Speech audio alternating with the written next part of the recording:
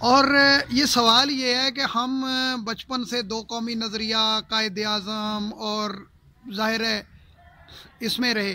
آپ نے یہ جو نئی ایک مہم شروع کی ہے پنجابیت کی, جس میں پنجاب کو فروغ دینا, ظاہر ہے وہ ہمارا ہی خون ہے, ہمارے ہی لوگ ہیں, تو کیا اس سے دو قومی نظریے پر یا ہمارے سندھیوں, بلوچیوں اور پٹھانوں سے ہمارے یہاں تعلقات پر یہ چیز اثر انداز تو نہیں ہوگی کہ ہم اپنے, اور دوسری اس سوال کا دوسرا حصہ یہ ہے کہ سکھوں کے مسلمانوں پہ جو مظالم تھے, مثال کے طور پہ سید احمد شہید کے ساتھ جو جنگیں ہوئیں ان کی, یا جو اور, لیکن دوسری طرف ہم دیکھتے ہیں کہ راجہ رنجیت سنگھ کے دربار میں بہت سے مسلمان وزیر بھی تھے اور مسلمانوں کے وہاں ان سے اچھے تعلقات بھی رہے. تو یہ آپ نے اس نے گانے میں راجہ رنجیت سنگھ کا ذکر کیا کہ انہوں نے لاہور پہ حکومت کی, تو یہ ہمیں کچھ اس بارے میں ہمارے جو کنفیوژنس ہیں یا ہماری جو اشکالات ہیں, امید ہے آپ انہیں دور فرمائیں گے. جی, سب سے پہلے تو میں یہ کہوں گا کہ دیکھیں, ایک پنجابی ہونے کے ناطے جو ہے وہ میں ہر جگہ پہ جہاں پہ بھی جا کر بولتا ہوں تو پنجابی میں بولتا ہوں. جیسے آپ نے شروع میں یہ بات کی کہ میں نے پابندی لگا دی. نہیں, پابندی نہیں, کوئی نہیں. آپ نے کہا کہ اردو میں بات کریں تو اس لیے میں اب اردو میں آپ کو بتاتا ہوں کہ دیکھیں جی, حالات کو مد نظر رکھتے ہوئے کچھ حالات ایسے تھے. دیکھیں, اب ہر صفحے کے دو رخ ہوتے ہیں, ایک اچھا ایک برا, اور اسی طرح کچھ جگہوں پر جو ہے وہ مظالم جو ہوئے سکھوں کی طرف سے, ان کو بھی ہم جو ہے چھپا نہیں سکتے, ان سے بھی منہ موڑ نہیں سکتے. اور اسی طرح ہی جس طرح ہم پہلے کچھ دیر پہلے آپ کی والدہ سے بھی وہ بات ہو رہی تھی, تو وہ بتا رہی تھی کہ اتنے ہی مظالم جو ہیں وہ مسلمانوں نے سکھوں کے ساتھ بھی کیے.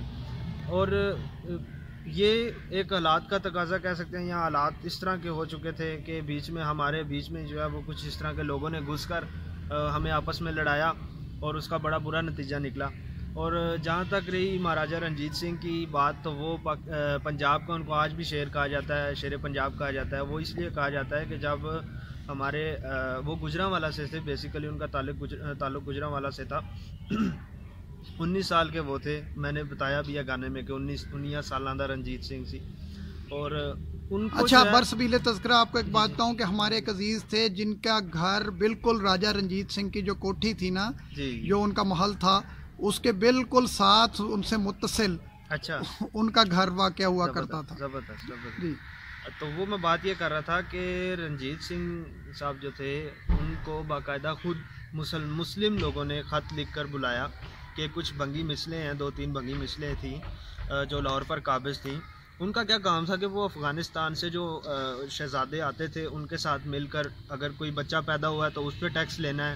اس کے بعد آپ کیا کہتے ہیں کہ کوئی کسی کی شادی ہوگی تو اس کا ٹیکس لینا ہے, کسی نے کوئی چیز لے لی تو اس کا ٹیکس لینا ہے. اضافی ٹیکس لگائے ہوئے تھے اور اپنی منمانی اور لوگوں کے ساتھ ظلم زیادتیاں, بیوی اپنا جو ہے کیا کہتے ہیں لوگوں کی بیویاں, مائیں بہنیں, ان کی عزتیں جو ہیں وہ بالکل محفوظ نہیں ہیں. تو پھر اس ٹائم جو ہے رنجیت سنگھ کو خط لکھے گئے باقاعدہ. اور پھر مہاراجہ رنجیت سنگھ آئے, جب لاہور آئے تو انہوں نے آ کر جو ہے سب سے پہلے, جو لوگ کہتے ہیں نا کہ رنجیت سنگھ صاحب نے بڑے ظلم کیے مسلمانوں پہ, ان لوگوں کے لیے یہ میں عرض کر رہا ہوں کہ دیکھیں بھائی, انہوں نے آتے ساتھ تو سب سے پہلے اپنے سکھوں کو جو ہے انہوں نے مارا. جو بنگی مثلیں تھیں وہ کس کی تھی؟ وہ بنگی مثل جو تھی وہ سکھوں کی مثل ہے. اسی طرح ان کے ساتھ 2 اور مثلیں تھیں, وہ بھی سکھ تھے.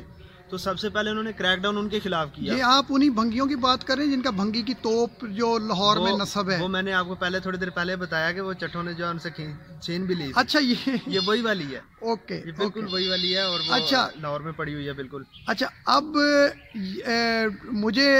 میں آپ کی بات بڑی توجہ سے سن رہا تھا اور مجھے ایسے لگ رہا تھا کہ میں کسی تاریخ کے پروفیسر کے سامنے بیٹھا زانو تلمس طے کر رہا ہوں. تو جناب مان چٹھا صاحب, آپ سے بھی درخواست ہے کہ آپ بھی اس جو میں نے یہ سوال کیا ہے اس پہ کچھ روشنی ڈالیے. بسم اللہ الرحمن الرحیم. ماشاءاللہ جی, آپ نے سر بہت اچھا سوال کیا ہے. اور اس کا دیکھیے جی کہ اگر آج کے دور میں بھی دیکھیں, اگر ہم کو پتہ چلے گا نا کہ فلاں بندہ ہمارے مسلمان بھائیوں پہ ظلم کر رہا ہے, تو جوش تو پتہ نا آپ کو, پھر پنجابی اور اوپر سے جٹ وہ کہتے ہیں نا کہ جٹ ہے تو مت نہیں, مت ہے تو جٹ نہیں. تو وہ جو پنجاب ہے نا, پنجاب میں زیادہ تر جٹ ہی رہتے ہیں, ان میں مت کم ہی ہوتی ہے. اور اس دور کے جو لوگ تھے, جو سیاستدان تھے نا, انہوں نے اس کا فائدہ اٹھایا بالکل اور بھائیوں کے ساتھ لڑوا دیا، ٹھیک ہے نا. اور جب سکھوں کو پتہ چلا کہ مسلمان سکھوں کو مار رہے ہیں تو پھر انہوں نے بھی مارنا ہی تھا. اور جیسے مسلمانوں کو پتہ چلا ہے تو مسلمانوں نے کون سا کم کیا تھا؟ یہ جو کہتے ہیں کہ آپ نے سکھوں کے بارے میں گانا لکھ دیا وہ. اور سب سے پہلے آپ کو بتا دوں کہ اگر دین دھرم کی بات کریں نا تو سکھزم مطلب مسلمانوں کے بہت زیادہ قریب ہے، توحید کی وجہ سے ایک کو مانتے ہیں، ان میں بھی بت پرستی نہیں ہے. ہاں بت پرستی بھی نہیں ہے. آپ بالکل صحیح ارشاد. اگر دیکھا جائے تو ہم بھی ویسے پہلے تو ہمارے والدین جو تھے وہ بھی سکھ ہی تھے، بالکل صحیح انہی سے ہیں، بالکل صحیح وہ بھی ہمارے خون کا ایک حصہ ہے، ہمارے بھائی ہیں. اور میں ایک بات کہنا چاہوں گا کہ اگر کسی جگہ پہ کوئی غلط ہو رہا ہو، اگر دو ہوتے ہیں، ہر چیز کے دو فیس ہوتے ہیں. اگر کوئی بندہ صحیح کر رہا ہے نا تو اس کو غلط کرنے والے بھی ہوتے ہیں. اور میرا یہ ایمان ہے، میرا یہ عقیدہ ہے کہ اسلام ہم کو یہ سکھاتا ہے کہ نفرت نہیں پیدا کرنی، پیار محبت ایک دوسرے میں ڈالیں، وہ پیدا کریں. بالکل آپ صحیح فرما رہے ہیں. جیسے کہ قرآن مجید میں ہے کہ میں تم سے سوال کرتا ہوں مودۃ فی القربہ، قرابت داروں کی محبت کا. جی وہی بات میں کہہ رہا ہوں کہ ہم کو چاہیے کہ ہم محبت پھیلائیں نہ کہ نفرت. اور ہم نے یہ جو اپنا سانگ کیا باغی پنجاب گاجدہ پنجاب، اس میں یہی کیونکہ ظلم ہو رہا تھا کسانوں بھائیوں پہ، ان کے حق میں آواز اٹھائیے. اور اسلام یہی بتاتا ہے کہ جہاں بھی ظلم ہو رہا ہے خواہ وہ کسی بھی دین دھرم نہیں دیکھنا، اس کے خلاف آواز اٹھاؤ. تو ہم نے وہ آواز اٹھائی ہے اپنے سکھوں بھائیوں کے لیے. اور انشاءاللہ جزاکم اللہ جی. دل ہے کہ ہم مطلب پیار محبت پھیلائیں. اچھا جزاکم اللہ سر. لیکن ایک بات نا میرا بھائیو، وہ میں نے آپ کو ایک لطیفہ سنا دوں برسبیل تذکرہ. لطیفہ یوں ہے کہ میں ایک جگہ گیا تو وہاں بحث ہو رہی تھی کہ ایک طرف مسلمان ہیں دوسری طرف کافر ہیں، تو آپ کس کا ساتھ دیں گے؟ تو میں نے بلا حیل و حجت انہیں جواب دیا کہ میں جس کو حق پہ دیکھوں گا اس کا ساتھ دوں گا. تو یہ آپ نے جو کام کیا ہے، آپ جس کو حق پہ دیکھ رہے ہیں آپ اس کا ساتھ دے رہے ہیں. اور آپ نے جو سکھوں کے دل مو لیے ہیں اور بلکہ پوری پنجابیوں کے دل مو لیے ہیں، ہم اس کے سلسلے میں آپ کے شکر گزار ہیں. اور دوسری بات میں آپ سے آخری سوال یہ عرض کروں گا کہ آپ کی کیا پیش گوئی ہے کہ آپ موجودہ حالات میں جو آپ کے گانوں نے، آپ کے ترانوں نے وہاں کے عوام کا، وہاں کے جذبات رخ بدلا ہے اور ان کو پاکستان کی طرف، پاکستانیوں کی طرف مائل کیا ہے، تو اس سلسلے میں ظاہر ہے مودی حکومت یا ہندوؤں کے جذبات تو مختلف ہوں گے، لیکن میں عام جو سکھ ہیں یا پنجابی ہیں ان کا آئندہ مستقبل آپ لوگ کیا دیکھ رہے ہیں؟ جی میں سکھ اور جو سکھ تو نہیں کہوں گا کہ پنجابی جو ہیں اور ہاں خاص طور پہ کسان جو ہیں اس میں سب آ جاتے ہیں، سب ذاتیں آ جاتی ہیں، سب جو ہے وہ مذہب آ جاتے ہیں. ان سب کا میں جو ایک دیکھ رہا ہوں کہ اچھا نظر آ رہا ہے. اب یہ ہے کہ اس میں دو چیزیں ہیں کہ یا تو آپ جو ہے وہ اپنا وہ جو آپ جو کر رہے ہیں وہاں پہ احتجاج کر رہے ہیں اس کو نہ چھوڑیں. اگر آپ اس کو نہیں چھوڑتے تو انشاءاللہ کامیابی آپ کی ہے.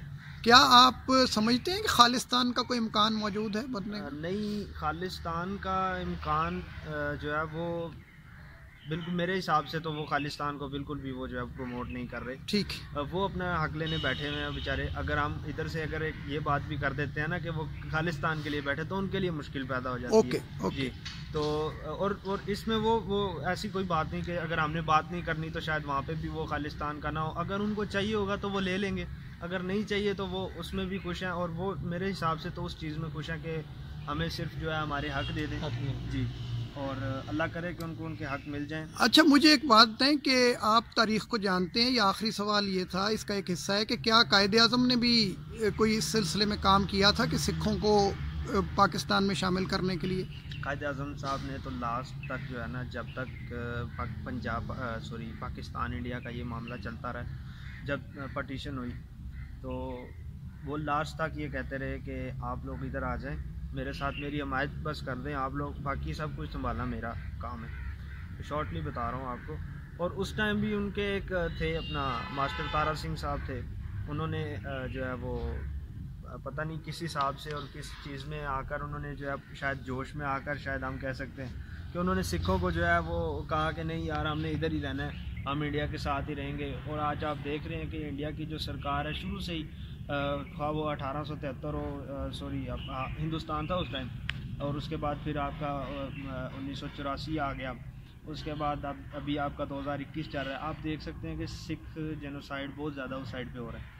اور آپ نے 84 کا ذکر کیا، جی جی تو 84 کے ذکر سے یاد آیا کہ آپ کی پیدائش سے بہت پہلے جی جی سن 84 میں اندرا گاندھی کا سکھوں نے قتل کیا، جی تو وہاں آپ نے اپنے گانے میں یہ ذکر بھی کیا کہ 84 گل کیتا گاندھی دا چراغ. تو کیا آپ سمجھتے ہیں کہ آپ کے اس فکرے سے جی کیا کانگریس والے جو گاندھی اندرا گاندھی کو اپنا بڑا سمجھتے ہیں، تو کیا وہ مشتعل نہیں ہوں گے اس امر پہ؟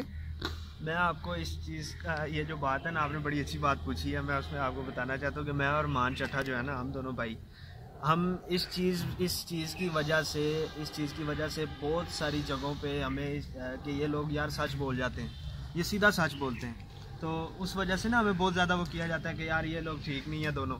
اچھا اور ہم بات کرنے والے بندے ہیں تو اسی لیے آپ نے کہا کہ آپ اپنی جان چھڑائیں، اور آپ نے مان صاحب کے کندھے پہ ہاتھ رکھ کے کہا کہ ساڈے کول وادو ہے سامان. وہ بات بھی کریں گے. میں آپ کو پہلی بات کا جواب پورا دے لوں کہ ہم نے آپ نے پہلے پوچھا کہ سکھوں نے ظلم کیا مسلمانوں پہ، تو وہ بھی میں نے بات منہ پہ کیونکہ میں خود مسلمان ہوں، تو میں نے یہ بات کی کہ جی مسلمانوں نے بھی اتنا ہی ظلم کیا ہوا ہے، ٹھیک ہے، ایسا کوئی اس میں ڈرنے والی بات نہیں ہے. تو اسی طرح میں تو منہ پہ بولوں گا، کیونکہ جو جہاں پہ سچ ہوگا وہ بولنا پڑے گا. آپ نے صحیح فرمایا کہ اقبال بھی یہی کہتا ہے، کہتا ہوں وہی بات سمجھتا ہوں جسے حق، نہ ابلہ مسجد ہوں نہ تہذیب کا فرزند. زندہ باد. بالکل. اب مان چٹھا صاحب سے پوچھ لیں سمان والی کیا کہانی ہے. ہاں جی، وہ یہ بتائیں کہ وہ جو کہہ رہے تھے کہ ساڈے کول وادو ہے سامان، ایک انٹرویو میں انہوں نے آپ کے کندھے پہ ہاتھ رکھ دیا تھا کہ یہ سامان ساڈے کول وادو ہے، تو کیا آپ ان کے پاس وادو سامان ہے تو آپ ہمارے پاس آ جائیں.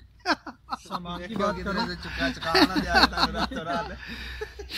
سامان کی بات یہ ہے کہ کوئی بھی بندہ نا جو ہمارا انٹرویو ہو رہا ہے، دیکھے گوجرا میں صرف پورے گوجرا میں ایک چکر لگانا ہے اور آپ کو خود ہی پتہ چلے گا کہ گوجرا میں کتنا وادو سامان پڑا ہوا ہے. اور یہ گوجرا کی بات ہے، اور کسی بھی تحصیل میں پورے پنجاب میں آپ اس پنجاب میں بھی، آپ اس پنجاب میں بھی، بلکہ آپ پوری دنیا میں گھوم کے دیکھ لیں کہ گوجرا تحصیل جس حساب سے اور جتنا وہ کیا کہتے ہیں اس کو مطلب پبلک پلیس میں جو ہے وہ اسلحہ لے کے گھوم رہے ہوتے ہیں ایسے کہ جیسے پتہ نہیں گینگ.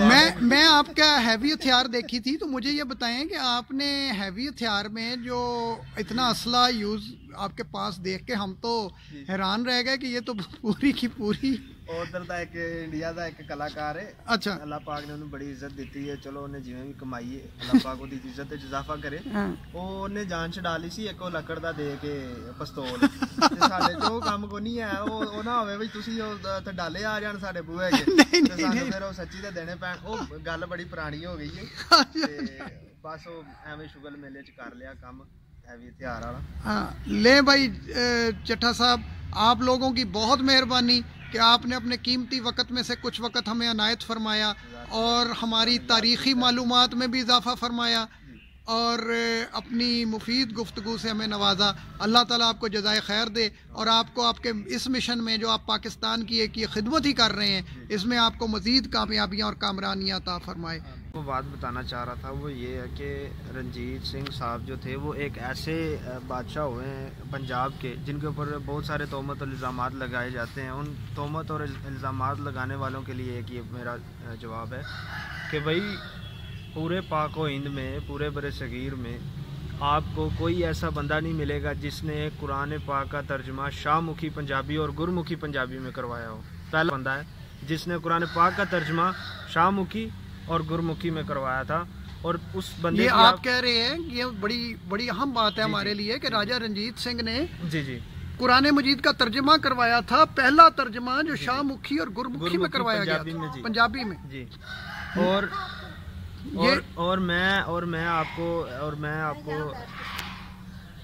میں آپ کو یہ بات بتانا چاہتا ہوں کہ دیکھیں اگر ان کی نیت میں کوئی کھوٹ ہوتا تو وہ کبھی بھی ادھر کے جو گرمکھی پڑھنے والے پنجابی لوگ تھے، مسلمان لوگ تھے، ان کے لیے کبھی بھی یہ آسانی نہ کرتے کہ وہ قرآن پاک کو سمجھ سکیں.